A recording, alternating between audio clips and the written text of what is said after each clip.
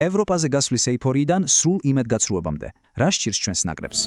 არც ისე დიდი ხნის წინ ხომ გახსოვთ, მთელი ქვეყანა ზეიმობდა. მართლაც საოცარი მომენტები იყო.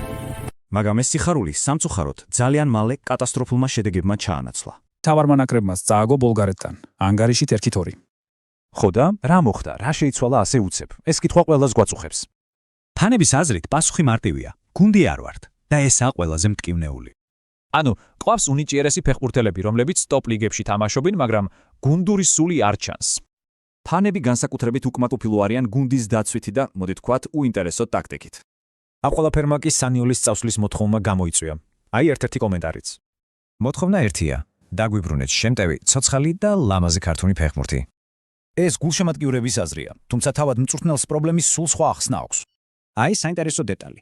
ბულგარეთთან ბურთს 80% ჩვენ ვფლობდით, მაგრამ მაინც წავაგეთ. სანიოლის დიაგნოზი ასეთია: ფეხბურთელები კომფორტის ზონაში არიან და საკმარისად არ იბრძვიან. მისი თქმით, თუ მენტალიტეტებს არ შევცვლით, კიდევ მეტი იმედგაცრუება გველის წინ. კარგი, ეს მწვრთნელის პოზიციაა. აბა, რას ამბობენ თავად ფეხბურთელები? ისინი უდიდეს მადლობას უხდიან ფანებს და ამბობენ, რომ შეიძლება ამ ხარდაჭერას არც იმსახურებენ. ფეხბურთელები ფიქრობენ, რომ ეს უბრალოდ პატარა ჩავარდნაა, რომელსაც გუნდი ერთად გადალახავს.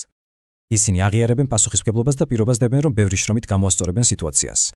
ანუ მივედით მთავარ კითხვამდე. პრობლემა მწვრთნელის ტაქტიკაშია თუ ფეხბურთელების მენტალიტეტში? სტილი უნდა შეიცვალოს თუ თავად მწვრთნელი. აი ეს არის მთავარი დილემა. ფაქტია, რომ ეს ოქროს თაობაა და ფსონები ძალიან მაღალია.